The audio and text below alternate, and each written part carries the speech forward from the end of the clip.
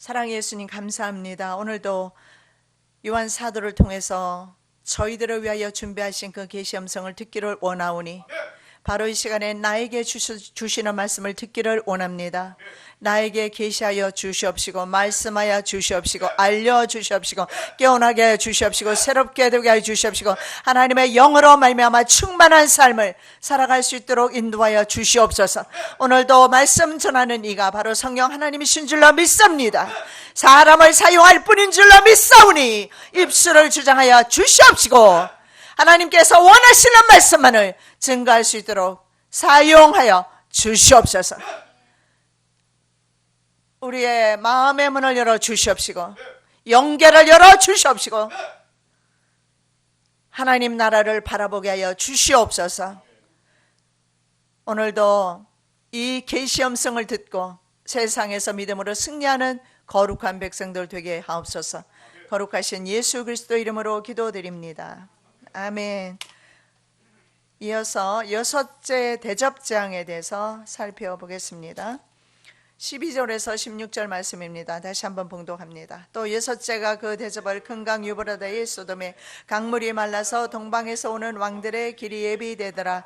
또 내가 보매 개구리 같은 새 더러운 영이 용의 입과 짐승의 입과 거짓 선지자 입에서 나오니 저희는 귀신의 영이라. 이적을 향하여 온 천하 임금들에게 가서 하나님 곧 전능하신 이의 큰 날의 전쟁을 위하여 그들을 모으더라. 보라 내가 도적같이 오리니 누구든지 깨어 자기 옷을 지켜 벌거벗고 다니지 아니하며 자기의 부끄러움을 보이지 아니하는 자가 복이 있도다. 새 영이 히브리어로 아마겟돈이라 하는 곳으로 왕들을 모으더라. 아멘. 자, 새 더러운 영이 전쟁을 위해서 임금들을 소집하고 있는 것을 볼 수가 있습니다. 여섯째 대접재앙을 큰 강이라고 합니다. 유브라데 강물에 쏟습니다. 쏟아버리니까 강물이 마르기 시작하고 동방에서 오는 왕들의 길이 예비됩니다. 지금 우리가 신문을 봐도 알 수 있는 것은 유브라데 강물이 터키 북쪽에서 이라크 위에 있는 터키에서 댐을 건설하면서 그 강물이 말랐다라는 사실을 볼 수가 있습니다. 이미 강물은 말랐고 준비된 것을 볼 수가 있습니다. 귀신의 영입니다. 이 귀신의 영이 개구리와 같습니다. 새 더러운 영이다. 마부 마자 마영이 될 것입니다. 새 더러운 영이 용의 입과 짐승의 입과 그리고 거짓 선지자의 입에서 나와서 전능자 하나님의 큰 날 전쟁을 위해서 천하 임금들을 모으는 것을 볼 수가 있어요. 여기서 볼 수 있는 것은 새 더러운 영, 바로 용입니다. 그리고 짐승입니다. 이 짐승은 요한계시록 13장 1절에서 10절까지에 나오는 바다에서 올라오는 적 그리스도가 될 것입니다. 그리고 11절부터 18절 말씀까지 15절 말씀까지 나오는 바로 땅에서 올라오는 짐승, 거짓 선지자 입. 이 새 입에서 더러운 새 더러운 영이라고 그랬어요. 이 입에서 나옵니다. 귀신의 영이 개구리 같은 새 더러운 영이 이 새 입에서 나옵니다. 그리고 이들이 말입니다. 그 입에서 말을 내고요. 그리고 그 말을 들은 세상 임금들이 움직이기 시작하는 거예요. 결국은 마부, 마자, 마영, 삼위일체의 진두지휘 아래에 세상 임금들이 일어나게 되는 거예요. 요랑들이 일어나게 되는 겁니다. 무엇을 위해서? 전쟁을 위해서. 전쟁을 하기 위해서 왕들이 결집하는 것입니다. 전 세계 전쟁을 위해서 천하 임금들을 모읍니다. 그것이 바로 공마국 전쟁의 주체국들이 될 것이며, 제가 봤을 때는 이들이 바로 신세계 정부와 그리고 연합한 정치 지도자들일 것으로 보입니다. 그래서 이들은 세상에 존재하는 모든 악의 연합체인 것을 보게 됩니다. 결국은 최후의 항전을 위해서 마부마자마영이 연합한 이 세상에 존재했던 가장 강력한 악의 집단이 출현하는 겁니다. 여러분, 그런 시대에 우리가 살고 있어요. 어마어마한 큰 전쟁이 준비가 될 것입니다. 그러한 전쟁 직전에 우리는 지금 현재 살고 있습니다. 깨어서 정신 차려야 합니다. 그래서 성경에서 오늘 이렇게 말합니다. 내가 도적같이 오게 될 것이다. 도적이 언제 올는지 알 수가 있다면 예비하겠지요. 우리가 우리 집을 감검합니다. 도적이 뚫지 못하도록 문을 잠그지요. 쇠창살을 합니다. 그러나 우리가 이 마지막 때가 도적같이 오는 것은 준비하지 않은 것을 봅니다. 준비해야 합니다. 어떻게 준비할 것인가? 성령으로 준비하시면 됩니다. 영으로 하나님과 교제하시면서 깨어 있어서 하나님과 동행하실 때 하나님께서 각자에게 어떻게 준비할 것인가 알려주실 줄로 믿습니다. 이들은 바로 귀신의 영입니다. 그래서 성경은 이렇게 말씀합니다. 이 큰 날의 전쟁을 위해서 역사상 유례없는 전쟁이 될 것입니다. 여러분, 제1차 세계대전, 제2차 세계대전, 세계대전이 많지가 않죠. 1차, 2차 세계대전만 있었어요. 그전에는 항상 지역적인 전쟁이었습니다. 세계대전은 2개였습니다. 그러나 마지막 세계대전은 엄청난 규모가 될 것입니다.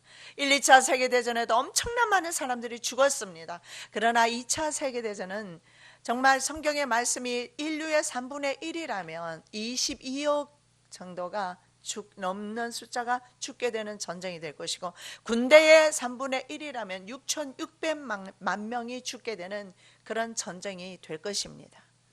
어쨌든 이 전쟁은 인류 역사 가운데 그 유래를 찾아볼 수 없는 강력한 전쟁이 될 것입니다. 이유는 사탄이 결집을 합니다. 사탄의 연합이 다 연합체가 나타납니다. 그리고 그들은 최후 황전을 하게 됩니다. 하나님의 종들을 멸하고 세상 사람들을 진멸하기 위해서 그들은 이제 최후의 전쟁을 예비하고 있기 때문에 그렇습니다. 하나님의 큰 날입니다. 성경에는 하나님의 큰 날이다 이렇게 표현하고 있어요. 하나님의 큰 날. 이것은 바로 종말론적인 마지막 날입니다. 그래서 데살로니가 전서 5장 2절에는 그날을 주의 날이다 이렇게 말씀합니다. 그리고 빌립보 1장 10절에는 그리스도의 날이다. 스바냐 선지자는 가장 무섭고 두려운 날이다. 하나님의 심판의 날로 요엘 선지자를 비롯해서 구약 선지자는 그렇게 표현하고 있습니다. 결국은 그들이 결집하는 이유가 그들의 공마곡 전쟁 당사자들이 연합하는 이유가 결국은 하나님의 엔드타임을 준비하고 있다라는 거예요. 그렇다면 하나님께서 이 지구를 회복시키기 위해서 하나님의 그 계획의 1년 가운데 바로 6째 전쟁, 이 6째 대접 재앙에서 이 전쟁이 나타나는 것을 볼 수가 있습니다. 자, 그래서 이렇게 성경은 말하죠. 내가 도적같이 오게 될 것이다. 누구든지 깨어서 자기 옷을 벌거벗고 다니지 아니하며, 벌거벗고 있으면 안 된다고 말합니다. 여러분, 우리가 누가 벌거벗고 다닙니까? 영적으로 벌거벗은 상태를 말합니다. 자기의 부끄러움을 보이지 아니하는 자. 이 부끄러움이라는 단어가 지옥 형벌과 연결되는 단어입니다. 사실은. 그래서 부끄럽다라는 것은 하나님께서 외면하신 사람을 가리킵니다. 하나님께서 모른다고 하는 사람을 가리킵니다. 그래서 옷을 벗고 다니지 말아라 이렇게 말씀하고 있습니다. 여러분, 우리 인생은요, 옷을 벗고 다닐 수밖에 없는 인생임을 기억하시기 바랍니다. 아담과 하와가 범죄한 후에 인생은 벌거벗고 다니기 시작합니다. 그리고 인생은 무화과 나무 잎으로 그 옷을 만들어 입습니다. 이것이 우리들의 모습이에요. 하나님께서 어린 양을 죽이셔서 가죽옷으로 대체시키셨어요. 가죽옷은 바로 예수 그리스도를 상징합니다. 예수가 없는 인생은 부끄러움을 당할 수밖에 없어요. 준비하시기 바랍니다. 자, 새 더러운 영은 개구리와 같다고 말씀합니다. 개구리는 애굽에 내린 재앙 중에 하나였습니다. 구약 성경에는 재앙을 가져오는 동물로 생각했습니다. 유대인들에게는 먹을 수 없는 부정한 동물입니다. 그리고 유대인들은 이 개구리를 귀신 혹은 사단의 사자로 생각했습니다. 그래서 개구리는 우상 숭배와 관련이 있는 것을 볼 수가 있습니다.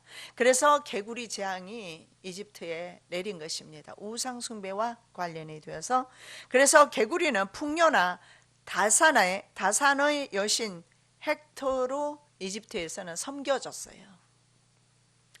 그리고 신약 성경에서는요, 더러운, 불결한 그런 의미로 쓰이는데 마귀를 뜻합니다. 마귀, 더러운 귀신으로 표현하고 있어요. 그래서 개구리 같은 새 더러운 영이다. 이 새 더러운 영은 넷뱀, 사단, 마귀, 그리고 두 짐승이 어디입니까? 계시록 13장 바다에서 올라오는 짐승과 땅에서 올라오는 두 짐승, 그리고 그 두 짐승은 바로 적그리스도와 거짓 선지자라고 했습니다. 그들의 입에서 나와서 세상 임금들을 충동질합니다. 이 사탄의 영들이 세상 임금들에게 충동질해서 전쟁을 일으키는 겁니다. 그래서 이 전쟁은 하나님을 대적하는 그러한 일을 하게 될 것입니다. 동방에서 오는 왕들의 경로를 한번 보시기 바랍니다. 북쪽에서, 그리고 남쪽에서, 서쪽에서 이스라엘 향해서 왕들이 오지요. 자, 동쪽에서 오게 되고 북쪽에서 오게 되는 나라들은 주로 중국이나 러시아, 그리고 터키, 북쪽에 터키가 있죠. 그리고 남쪽에는 아마 이슬람 국가들이 될 것입니다. 이집트라든가 그런데 이집트는 이 전쟁에 참여하는 것으로 나와 있지는 않아요. 어쨌든 이슬람 국가들, 그래서 어디를 향해서 지금 가고 있습니까? 유프라테스 강물을 건너서 이스라엘을 향해서 가고 있습니다. 그래서 그들의 격전지는 바로 아마겟돈이 될 것입니다. 그래서 종말의 마지막 전쟁지가 바로 아마겟돈입니다. 그래서 아마겟돈 전쟁으로 불리고 있습니다. 아마겟돈 전쟁이 시작될 것입니다. 헬라어로 단물이란 뜻을 가진 유프라테스 강물이 마르고 동방에서 오는 왕들의 길이 예비되는데, 제가 전에 에스겔 38장에 대해서 했던 것 같습니다. 에스겔 38장에 바로 곡과 마곡에 대해서 제가 설명을 다 했습니다. 이 곡과 마곡은 바로 오늘날 러시아와 남부 러시아군, 과거의 소련 연방으로 보시면 됩니다. 이들이 동방에서 오는 왕들입니다. 그리고 이들이 오면서 터키와 이슬람 국가들 연합하게 될 것입니다. 아랍 국가, 그리고 이란이 있습니다. 이란은 바로 페르시아 민족입니다. 페르시아 민족, 이런 민족들이 연합이 될 거예요. 이 강물은요, 에덴 동산에서 발원이 되었고요, 지금까지 마른 적은 없습니다. 왜냐하면 이 강은 아주 유명합니다. 큰 강입니다. 그래서 한 번도 이 강물이 말랐던 적은 역사 가운데 없었던 것 같습니다. 창세기 2장 14절입니다. 셋째 강의 이름은 힛데겔이라. 아수르 동편으로 흐르며 넷째 강은 유브라데라. 자, 힛데겔, 유브라데 할 것 없이 네 강은요, 이 강들은 굉장히 큰 강이라서 마른 적이 없어요. 문제는 이제 마지막 때가 되어서 물이 부족해지니까 상류 측에 있는 국가들이 댐을 건설하면서 물을 막아버리기 시작합니다. 그래서 지금 중동 국가들에는 물 전쟁이 일어나고 있습니다. 물을 쟁취하기 위해서. 그래서 유프라테스 강물이 말라버렸습니다. 거의 지금 마른 상태로 있는 것을 우리가 쉽게 볼 수가 있습니다. 자, 동방에서 오는 왕들은 아마겟돈으로 집결하게 될 것입니다. 이 아마겟돈을 성경에서는 하르 메기돈으로 나와 있습니다. 하르는 작은 산이라는 뜻입니다. 그리고 무깃도라는 산이 작다, 이런 뜻입니다. 그 작은 산 무깃도 언덕에서, 중동 지역에서 가장 이 지역은 아주 가장 작은 지역이지만, 그러나 중동 지역에서는 굉장히 중요한 군사 전략 요충지였습니다. 메소포타미아 지역으로부터 오는 물품과 그리고 전쟁 물자를 이집트로 실어 나르던 국제 대로가 있는 곳입니다. 그래서 새 영이 바로 왕들을 아마겟돈, 무깃도로 모으게 될 것입니다. 사실은 옛날부터 이곳은요 항상 군사적 요충지였기 때문에 왕들이, 세상의 왕들이 이 지역을 점령하기 위해서 무척이나 애를 썼던 곳입니다. 성경에 한번 보겠습니다. 요시아가 몸을 들이켜 떠나기를 싫어하고 변장하고 싸우고자 하여 하나님의 입에서 나온 느고의 말을 듣지 아니하고 무기또 골짜기에 이르러 싸울 때 활 쏘는 자가 요시아 왕을 쏜지라. 왕이 그 신복에게 이르되 내가 중상하였으니 나를 도와 나가게 하라. 그 신복이 저를 병거에서 내리게 하고 저의 버금 병거에 태워 예루살렘에 이른 후에 저가 죽으니. 이 요시아 왕이 죽은 곳이 바로 무기또입니다. 하르메기돈이라고 하는 곳에서 요시아 왕이 죽었어요. 항상 그 지역이 격전지였습니다. 전략적으로 아주 요충지였기 때문에 그곳을 선점하기를 원했던 것입니다. 왕들이. 그래서 마지막 때에도 이곳이 바로 3차 세계대전이 일어난다면 공마국 전쟁이 3차 세계대전인지는 정확히는 알 수는 없어요. 그러나 분명한 것은 이곳으로 세계적인 그런 전쟁이 일어나게 될 것임을 볼 수가 있습니다. 자, 그 다음에 우리가 볼 수 있는 것은 그리스도의 군대를 만나면서 전쟁이 종결되는 것을 볼 수가 있습니다. 계시록 19장 17절에서 21절입니다. 또 내가 보니 한 천사가 해에 서서 공중에 나는 모든 새를 향하여 큰 음성으로 외쳐 가로되 와서 하나님의 큰 잔치에 모여 왕들의 고기와 장군들의 고기와 장사들의 고기와 말들과 그 탄자들의 고기와 자유한 자들이나 종들이나 물론 대소하고 모든 자의 고기를 먹으라 하더라. 또 내가 보매 그 짐승과 땅의 임금들과 그 군대들이 모여 그 말탄 자와 그의 군대로 더불어 전쟁을 일으키다가 짐승이 잡히고 그 앞에서 이적을 행하던 거짓 선지자도 함께 잡혔으니 이는 짐승의 표를 받고 그의 우상에게 경배하던 자들을 이적으로 미혹하던 자라. 이 둘이 산채로 유황불 붙는 못에 던지우고 그 나머지는 말탄 자의 입으로 나오는 검의 죽음에 모든 새가 그 고기로 배불리우더라. 적의 세력들의 총 공격은 그리스도의 재림으로 바벨론, 즉 악의 보좌가 무너지면서 종결되는 것을 볼 수가 있습니다. 여러분, 바벨론 나라가 어느 나라입니까? 이 바벨론은 다니엘서의 금머리에 해당되는 나라입니다. 다니엘서 2장에. 그리고 7장에서는 사자 제국이었습니다. 그리고 가장 우수했기 때문에 금으로 표현되고 있습니다. 그리고 마지막 정부도 전 세계적인 정부가 될 것입니다. 이 정부가 아주 강력하고 이 정부를 바로 일곱 머리 열불 짐승 정부라고 합니다. 신세계 정부라고 볼 수가 있는데 이 정부가 바로 또한 바벨론 제국이라고 성경은 표현하고 있어요. 그래서 결국은 금신상은요 한 몸에 그 모든 제국을 표현하고 있습니다. 금머리 바벨론, 양팔 페르시아, 메데와 바사입니다. 그리고 헬라, 로마의 후신인 일곱머리 열불 짐승입니다. 이것을 일곱머리 열불 짐승을 열 발가락이라고. 그래서 금신상에 보면 금, 은, 동, 철과 진흙, 열 발가락이죠. 이렇게 표현하고 있어요. 그래서 결국은 이것은 한 몸인 것을 생각해 보시기 바랍니다. 그러면 고대 바벨론이 오늘날의 신세계 정부와 같다라는 걸 볼 수가 있고, 이 신세계 정부는 바로 과거의 니무롯 정부입니다. 이 니무롯은 창세기 11장에 바로 바벨 탑을 쌓아서 하나님을 대적하려 했던 니무롯 세력입니다. 결국은 이런 세상 권력의 속성상 하나님을 대적하고 그리고 하나님의 종들을 대적할 수밖에 없습니다. 그래서 이런 일들이 일어나면 꼭 희생양이 바로 기독교인임을 볼 수가 있습니다. 적의 세력들의 총 공격은 그리스도의 재림으로 바로 이 바벨론, 악의 보좌를 바벨론이라 볼 수가 있어요. 그 바벨론의 악의 보좌가 무너지면서 예수님의 재림으로 무너지면서 종결이 됩니다. 그전에는 이런 세상 제국이 끝장나지 않을 겁니다. 여러분, IS가 출현하면서 IS의 극악무도한 살인 방법을 보십시오. IS가 그동안 계속 참혹하게 참수시켰던 사람은 거의 100% 기독교인이었어요. 그들의 모습 가운데서 우리는 악의 실체를 볼 수가 있어야 돼요. 아직도 이게 남의 일입니까? 현실로 전 세계적으로 다가올 우리에게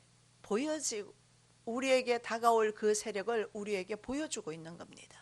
그들의 세력을 보면서, 그들의 희생을 보면서 우리들의 미래를 볼 수 있어야 합니다. 우리는 기도하지 않고는, 제가 여러분에게 지금 겁주고 있습니까? 협박하고 있습니까?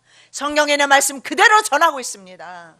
우리가 깨어있지 아니하고, 우리가 벌거벗어 다니지 아니하고, 예수 그리스도로 옷 입지 아니하면 우리는 소망 없습니다. 이 악의 세력 앞에서 우리는 힘없이, 어이없이 그대로 목사고 장로고 전도사고 할 것 없이 무너지게 될 것입니다. 우리 전도사님이 증언하는 거 보았지 않습니까? 성경책을 불태우라 그러니까 모든 사람이 나와서 성경책을 다 불태웠다고 그랬잖아요. 한 사람이 태우지 않고, 중국에서 있었던 일이잖아요.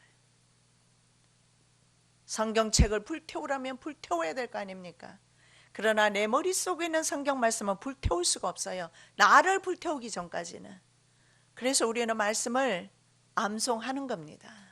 그 말씀 붙잡고 우리가 헤어졌을 때, 우리가 이렇게 모이지 못할 때, 우리가 마지막까지 승리할 수 있는 것은 그 바로 하나님의 살아계신 하나님의 말씀, 하나님의 말씀은 곧 하나님이십니다.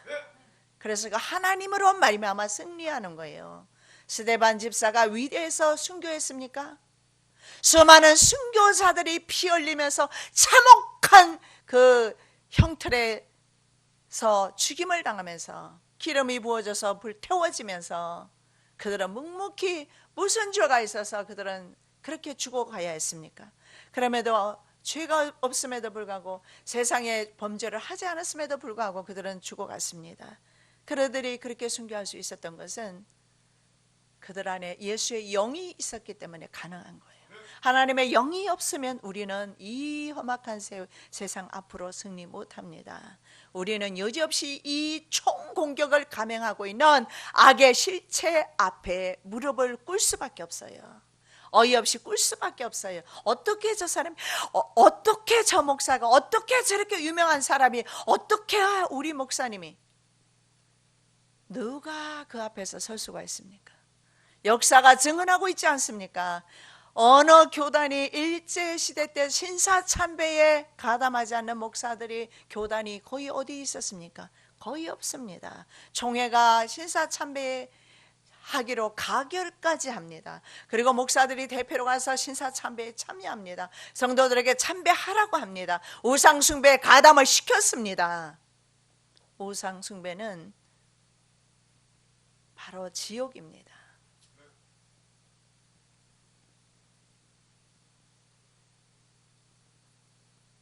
악의 보좌가 주님이 오시면서 무너집니다. 우리는 조금만 믿음으로 인내하면 됩니다. 말씀 보겠습니다. 또 다른 천사고 둘째가 그 뒤를 따라 말하되 무너졌도다 무너졌도다 큰 성 바벨론이여 모든 나라를 그 음행으로 인하여 진노의 포도주로 먹이던 자로다 하더라. 진노의 포도주. 여러분, 지난번에 우리 포도주 즙 틀에 대해서 제가 말씀드렸던 것 같습니다. 진노의 포도주 틀입니다.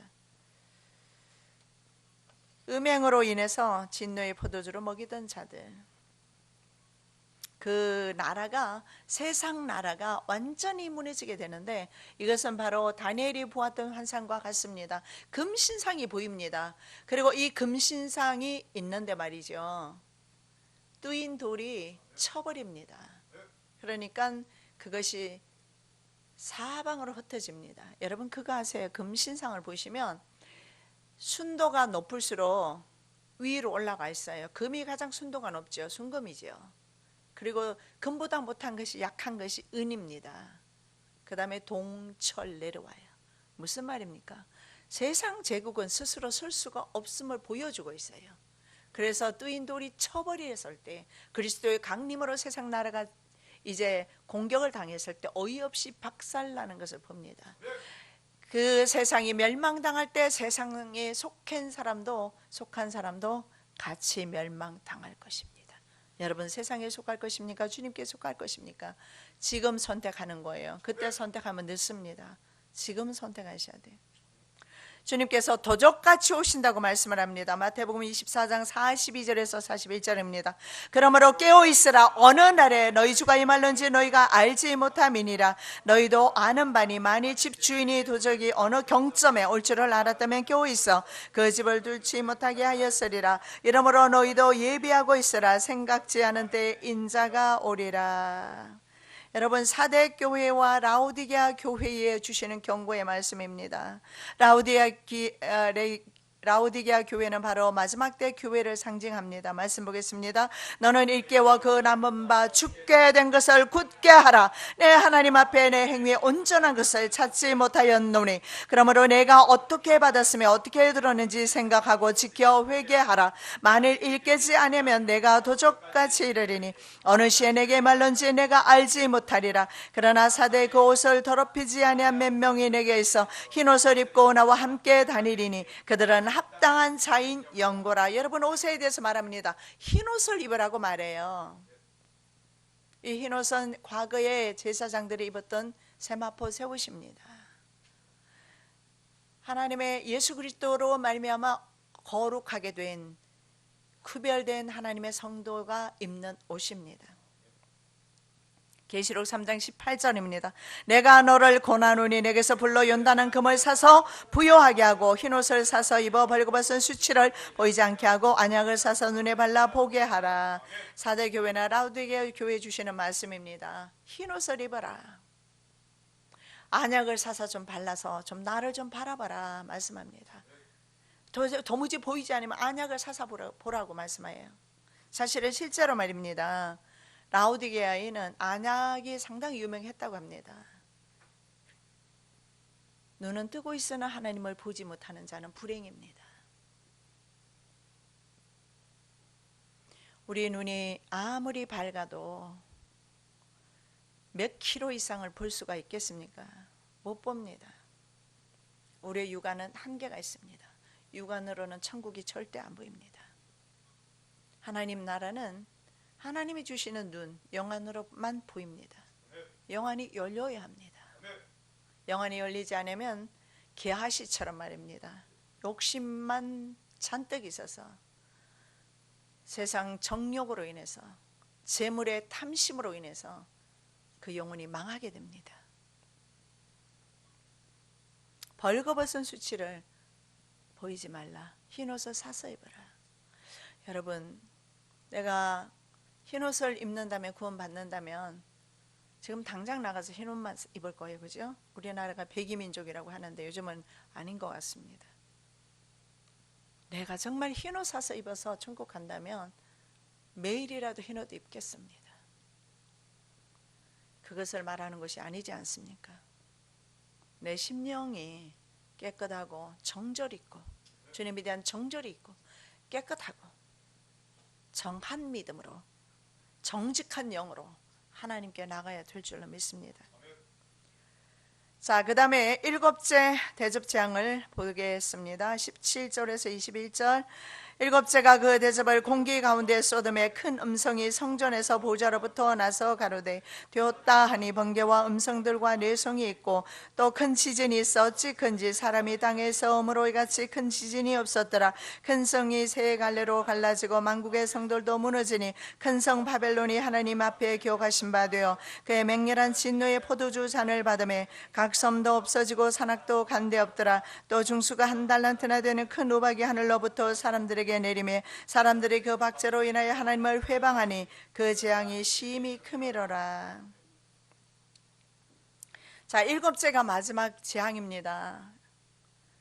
이 일곱째 대접 재앙으로서 하나님께서 이 지구상에 내리는 모든 재앙이 끝이 납니다.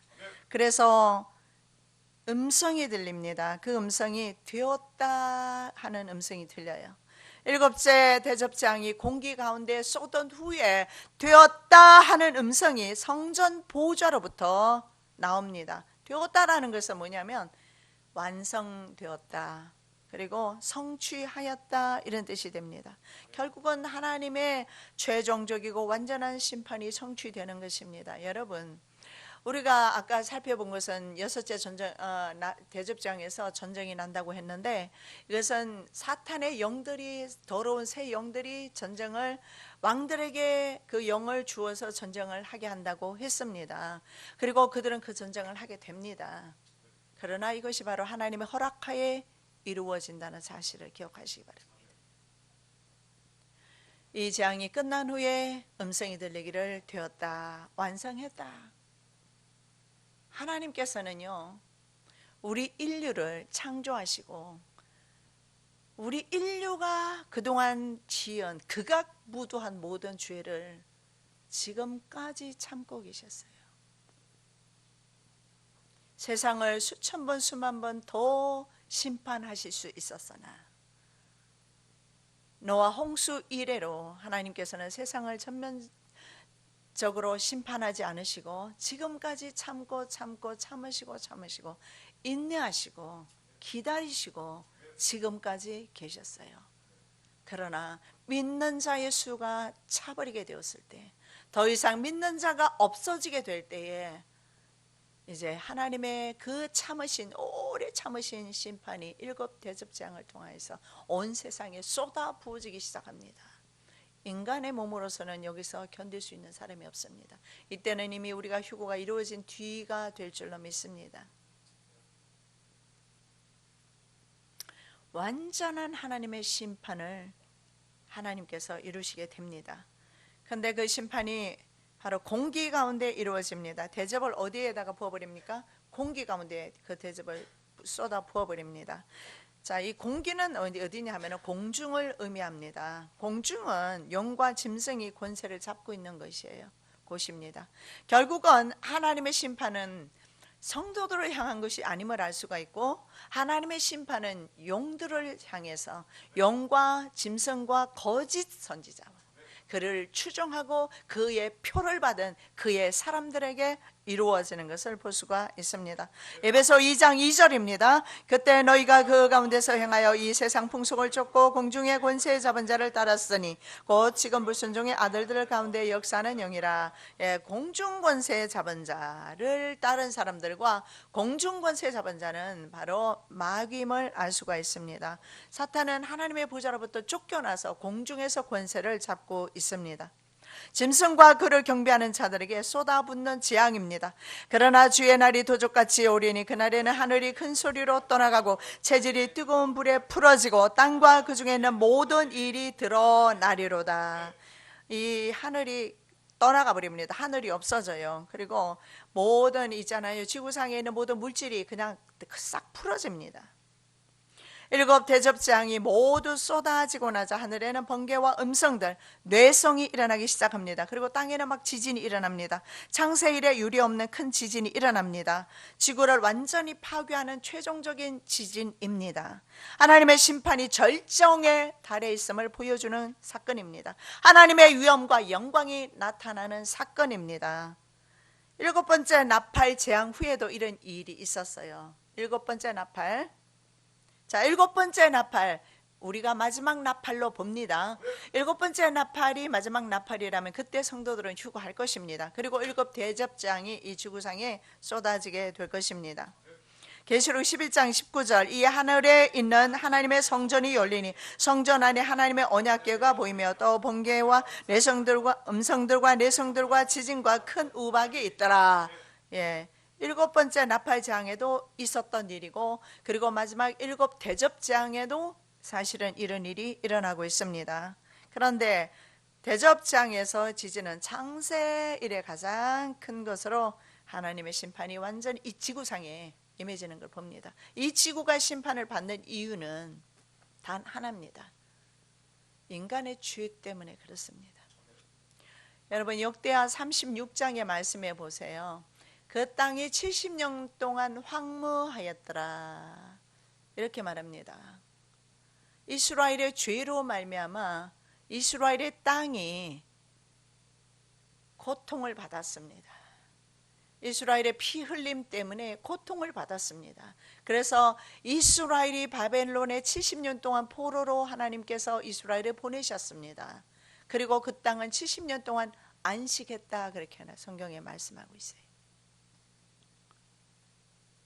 땅까지 저주를 받았습니다. 인간의 죄 때문에 그렇습니다. 그리고 이제 이 지구상은 완전히 없어지게 될 것입니다. 그래서 신천신지 새 예루살렘 성이 건설되는 겁니다. 또 내가 새 하늘과 새 땅을 보니 처음 하늘과 처음 땅이 없어졌고 바다도 다시 있지 않더라. 또 내가 보매 거룩한 성 새 예루살렘이 하나님께로부터 하늘에서 내려오니 그 예배한 것이 신부가 남편을 위하여 단장한 것 같더라. 여러분, 이 지구상에서 우리가 천년만년 살 것 같습니까? 이 지구가 멸망당할 때 같이 멸망하겠습니까? 아니면 이 신천신지 새 예루살렘 성에 내려올 때 우리는 그 도성의 시민이 되겠습니까? 하나님의 나라의 하나님의 도성의 새로운 시민으로 거듭나시기 바랍니다. 음녀의 큰 성 혹은 적그리스도의 수도이죠. 이 수도는 셋으로 나누어지게 됩니다. 바벨론입니다. 바벨론은 셋으로 나누어지게 돼요. 섬들은 바닷속으로 가라앉고 산들은 그대로 주저앉아 버립니다. 하늘에서는 한 달란트나 되는 우박이 떨어지는데, 한 달란트가 어느 정도 아니면 60에서 100파운드인데 60kg. 여러분의 몸무게 생각해 보세요. 여러분 덩치만한 것들이 하늘에서 우박이 막 떨어집니다. 미국에는 종종 우박이 많이 떨어져요. 저도 한번 차를 몰고 가다가 우박이 종종 떨어지는데 경험한 적이 있어요. 여러분, 우박이 떨어지면 우박이 얼마나 굵은지 막 이런 게 또 하늘에서 떨어지기 때문에 차가 있죠. 데미지를 다 입어요. 구멍이 뻥뻥 난다고요. 그래서 나는 운 좋게 은행으로 들어가도 우박이 막 떨어지는 거예요. 그래서 미국의 은행은요, 안에 안 들어가고 그 드라이브 뚜루라고 해서 밖으로 해서 그냥 이렇게 기계로 이렇게 다 할 수 있거든요. 그래서 나는 막 은행으로 들어가려는 참에 우박이 떨어지는 거예요. 그래서 그 위에는 이렇게 그 지붕이 있거든요. 그래서 저는 얼른 그리로 들어갔어요. 내 뒤에 오는 차도 들어오고는 싶었지만 막혀서 올 수가 있나요? 그래서 우박이 막 떨어지면 우박을 맞은 후에는 보험회사들이 이제 난리가 나죠. 보험 처리 다 해줘야 되니까.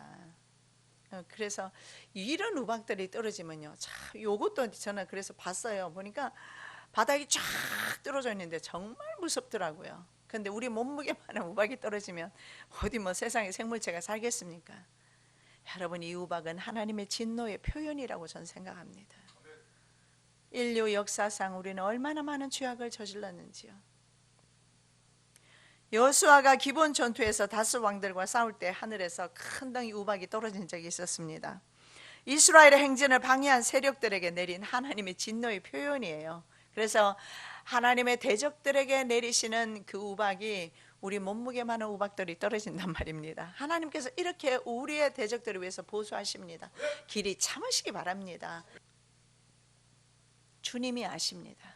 마지막 날에 주님께서 모든 것을 신원해 주십니다. 하나님께 아뢰시기 바랍니다.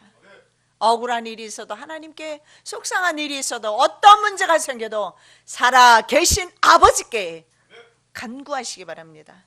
그분이 들으셔요. 그분이 보고 계세요. 그분이 변호하시고 그분이 판결하시고 심판하십니다. 여호수아의 대적들을 우박을 떨어뜨려서 박멸시켜버립니다. 그들이 이스라엘 앞에서 도망하여 벳호른의 비탈에서 내려갈 때 여호와께서 하늘에서 큰 덩이 우박을 아세가에 이르기까지 내려오시며 그들이 죽었으니 이스라엘 자손의 칼에 죽은 자보다 우박에 죽은 자가 더욱 많았더라. 큰 성은 예루살렘 성, 로마 제국 혹은 지리적 장소가 아닌 무실론 세계라 그렇게 보는 경우가 있습니다. 바벨론인 경우도 있고요. 왜냐하면 성경에서는 바벨론으로 세상 제국을 그렇게 표현합니다. 이런 열강들, 강대국들을 바벨론으로 표현합니다. 왜냐하면 이 강대국들의 횡포가 약소 국가들에게 얼마나 많이 자행되고 있어요. 여러분, 제 종말 강의를 들어보셨으면 다 아실 거예요. 강대 국가들이 얼마나 약소 국가를 수탈했습니까? 지금도 하고 있고. 여러분, 우리나라에서 일어나고 있는 크고 작은 일들이, 지금 대통령 하야로부터 이런 것들이, 여러분 이것이 우리 국가만의 문제라고 생각하거나 아니면 국가에서만 일어나는 일로 보시면 안 된다라는 사실을 아셔야 합니다. 최순실 게이트가 어제 오늘의 문제는 아니었습니다. 덜쳐주는 시점, 드러내는 시점도 그들이 정할 것이고, 문제를 확대시키거나 축소시키거나 은폐시키거나 없던 일로 하거나 이런 것도 다 그들의 손에 달려있다는 거예요. 국민들은 속고 있는 겁니다. 그래서 이런 성을, 큰 성을 바벨론이라 표현하기도 합니다. 그리고 성경에 이 큰 성을 바티칸으로 표현하기도 합니다. 자, 만국의 성들이라 이렇게 표현하고 있는데, 짐승과 연합된 전 세계 모든 국가들입니다. 이런 국가들은 하나님을 대적하는 세력들입니다. 어찌하여 열방이 분남해 민족들이 헛살을 경영하는고, 세상의 군왕들이 났으며 관원들이 서로 꾀하여 여호와와 그 기름받은 자를 대적하며 우리가 그 맨 것을 끊고 그 결박을 벗어버리자 하도다. 내가 철장으로 저희를 깨트리며 질그릇같이 부수리라 하시도다. 시편 21편 3절 1절 3절 9절 말씀이에요. 바벨론은 귀신에 쳐서 각종 더러운 영, 그리고 더럽고 가증한 새들이 모이는 곳이 바로 귀신의 바벨론입니다. 땅의 왕들도 상인들도 그들과 다 연합이 되어 있어요. 이 땅의 상인들이 오늘날 제가 생각했을 때는 바로 국제금융그룹이 아닌가, 그렇게 생각을 합니다. 정치와 경제가 유착관계에 있음을 여러분 연속곡 정도 하나만 봐도 얼마나 정말 더럽게 정치와 경제가 연합이 되어서, 지금 다 드러나고 있죠. 그들이 얼마나 연합이 되어서 정치 권력의 경제계가 연합이 되어 있는지 볼 수가 있어요. 그래서 성경은 그들을 상인으로 표현했어요. 상인과 왕들과 이런 사람들이 다 연합이 되어 있음을 보여주고 있습니다. 주의 날이 도적같이 오고 있습니다. 해산의 고통은 갑자기 옵니다. 평안할 때 오게 됩니다. 우리가 생각하지 아니하는 그 날에 오게 될 것입니다. 오늘이 평안하다고 내일이 보장되는 것은 아닙니다. 여러분, 그 날이 오기 전에 깨어서 근신하며 기도하며 주님과 함께 동행하시기 바랍니다. 데살로니가전서 5장 2절에서 3절 말씀입니다. 주의 날이 밤에 도적같이 이를 줄을 너희 자신이 자세히 알미라. 저희가 평안하다 안전하다 할 그때에 잉태된 여자에게 해산의 고통 이름과 같이 멸망이 호련히 저에게 이르리니 결단코 피하지 못하리라. 우리 오전의 설교 말씀과 연결되는 것 같습니다. 하나님의 그 징계가 심판이 금방 이루어지는 것 같지 않고, 하나님 때가 아직은 이르지 않은 것 같고, 그렇지만 그러나 그 날이 올 때는 too late입니다. 그 날이 이미 와버리면 too late, 너무 늦습니다. 그 날은 덫과 같이 해산하는 여인에게 오는 잉태의 고통처럼 갑자기 오게 될 것입니다. 지혜 있는 사람은 그 고통의 날을 미리 준비할 줄로 믿습니다. 성령으로 준비하시기를 예수 그리스도 이름으로 축원합니다. 사랑의 예수님 감사합니다. 주의 날이 도적같이 이르기 전에, 평안하다 자에게 해산의 고통이 이르기 전에 우리가 주님 앞에 바로 설 수 있기를 원하며, 주님과의 관계를 회복하기를 원하며, 관계 개선에 우리가 이제는 기도하기를 원합니다. 성령 하나님 도와주셔서 주님을 놓쳐버리면 우리는 생명을 잃어버립니다. 우리의 생명을 귀중하게 생각한다면, 내 영혼을 사랑한다면 주님과의 관계를 회복할 수 있는 저희들 되게 하여 주시옵소서. 거룩하신 예수 그리스도 이름으로 기도드립니다. 아멘.